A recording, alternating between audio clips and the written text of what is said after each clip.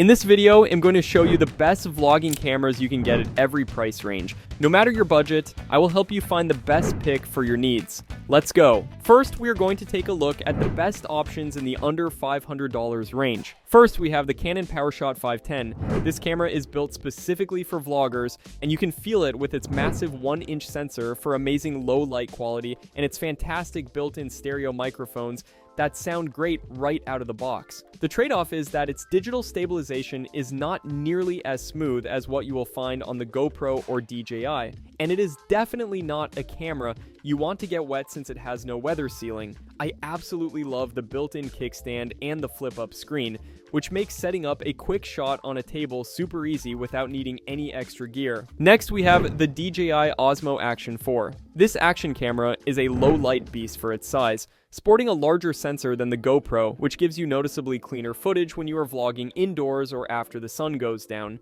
The magnetic mounting system is a genius feature for vlogging, letting you snap the camera from a selfie stick to a chest mount in seconds, and its front-facing touchscreen is something you do not get on the Hero12. DJI's rock-steady stabilization is incredibly smooth, easily keeping up with the GoPro for most shots, though I find the colors straight from the camera can sometimes look a little less vibrant than its main competitor. Finally, we have the GoPro Hero12 Black. This camera is the king of stabilization and vibrant, punchy color, delivering that classic action footage with its hypersmooth 6.0 technology that makes even the shakiest running shots look like they are on a gimbal. The biggest game changer for vlogging on this model is the new Bluetooth audio support, which means I can connect my wireless earbuds for a huge audio quality upgrade without needing a single extra cable or adapter. While it is fantastic in bright daylight, its smaller sensor means it does struggle a bit more with grainy footage in low light compared to the DJI, and you will still need the Media Mod accessory if you want to plug in a traditional wired microphone. Next, we are going to take a look at the best options in the $500 to $700 range. First, we have the Sony ZV-1F. I found this camera incredibly simple to just pick up and start shooting with. Its fixed 20mm lens is brilliantly wide for vlogging, and the built-in directional microphone is surprisingly clear for talking to the camera without extra gear. The image stabilization is all digital though, so I did notice it crops into your shot a little when you are walking, and its autofocus system feels a step behind the more expensive Sony models. While the simplicity is great, you cannot change the lens like you can with the Canon R100, so you're permanently locked into that ultra-wide look, which might not be for everyone. Next, we have the Insta360 X5. Now, this is a totally different way to film. Based on all the information I can find online, this camera is all about capturing everything around you in 360 degrees, so you can choose your camera angle later when you edit. The rumored upgrades point towards even higher video resolution and better low light shooting, plus you still get that invisible selfie stick effect that I think looks amazing, creating shots that seem like they were filmed by a drone. The downside is that every single clip has to be edited to reframe it, which is a much slower workflow than the other two cameras, and its video quality, while unique, won't give you that nice blurry background like the Canon can. Finally, we have the Canon EOS R100. If you are chasing that professional look with a soft, blurry background, the massive APS-C sensor in this camera delivers image quality that is vastly superior to the Sony and the Insta360. I also love Canon's color science, which makes skin tones look great straight out of the camera, and having the ability to change lenses opens up so many more creative options down the line. But honestly, Canon made this almost impossible to recommend for vlogging because there is no flip out screen, meaning I was just guessing my framing, and it crops your video heavily in 4K mode while also disabling its best autofocus feature. For straight up vlogging, the Sony ZV-1F is way more practical, even if this one has the potential for a prettier picture. Next, we are going to take a look at the best options in the $700 to $1,000 range. First, we have the DJI Osmo Pocket 3, and this thing is an absolute game changer for run and gun vlogging because of its built-in 3-axis gimbal that delivers incredibly smooth footage right out of my pocket.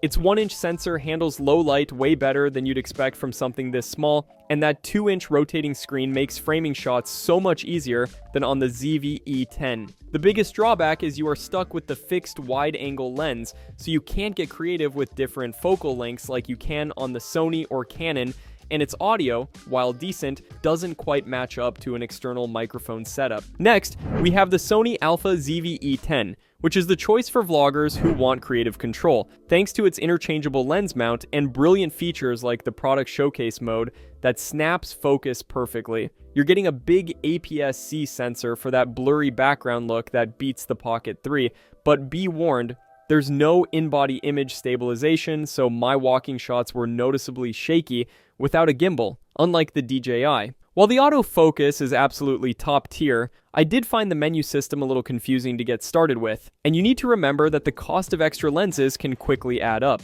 Finally, we have the Canon EOS RP, and the main reason to even consider this for vlogging is its massive full-frame sensor, which gives you that cinematic blurry background that neither the DJI nor the Sony can fully replicate. However, the dream falls apart when you try to shoot in 4K resolution, as it has a massive crop factor, and you lose the fantastic dual-pixel autofocus, making it pretty much useless for wide-angle vlogging. Just like the Sony ZV-E10, it lacks in-body stabilization, so you'll need steady hands, and I found the battery life to be the worst of the three, so you will absolutely need to carry multiple spares for a full day of shooting. Next, we are going to take a look at the best options in the $1,000 to $1,500 range. First, we have the Canon EOS R50, and I have to say its autofocus is incredibly reliable, tracking my face perfectly, and the uncropped 4K video at 30 frames per second looks super sharp right out of the camera. The fully articulating screen is a lifesaver for framing shots at any angle, and even though it's an interchangeable lens camera,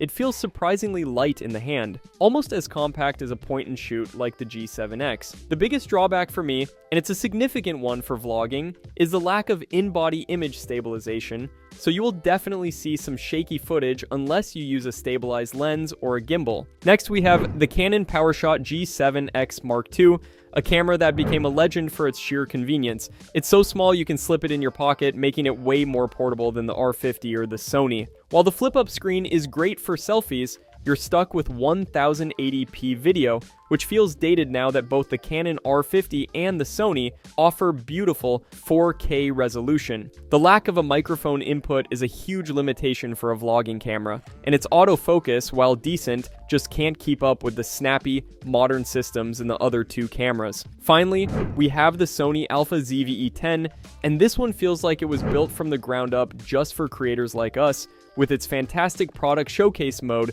that snaps focus from my face to an object instantly. Unlike either of the Canons, this Sony gives me a massive selection of lenses to choose from, and crucially, includes both a microphone input and a headphone jack, so I can actually monitor my audio while I record. However, the camera suffers from some pretty noticeable rolling shutter, meaning fast pans can look wobbly, and just like the R50, it lacks in-body stabilization, relying on a digital version that crops into your image. Next, we're going to take a look at the best options in the $1,500 plus range. First, we have the Sony Alpha ZV-E10. I absolutely love the stunning oversampled 4K video that comes from its 33 megapixel full frame sensor, and all its autofocus is just ridiculously good at tracking my face no matter where I move. However, that amazing 4K quality comes with a pretty heavy crop when you shoot at 60 frames per second, which makes getting a wide vlogging shot much harder than with the Canon R6 Mark II. It also feels a bit chunkier in the hand compared to its sibling,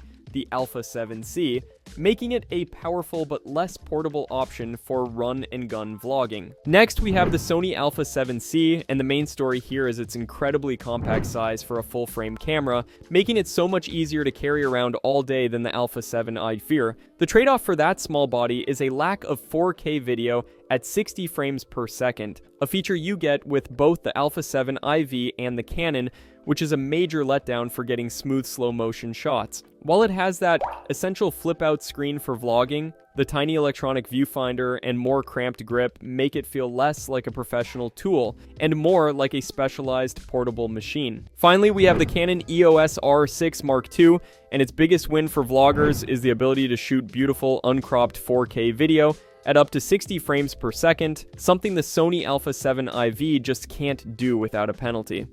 Canon's dual-pixel autofocus is lightning fast, and I find the colors straight out of the camera are often more pleasing and require less work than what I get from the Sony cameras. While its 24.2 megapixel sensor means you have less room to crop your footage compared to the Alpha 7 IV, for pure vlogging performance and usability, this Canon is an absolute beast. Thanks for watching. I hope this video was helpful to you. If you found this video to be helpful, leave a like and subscribe for more videos like this in the future.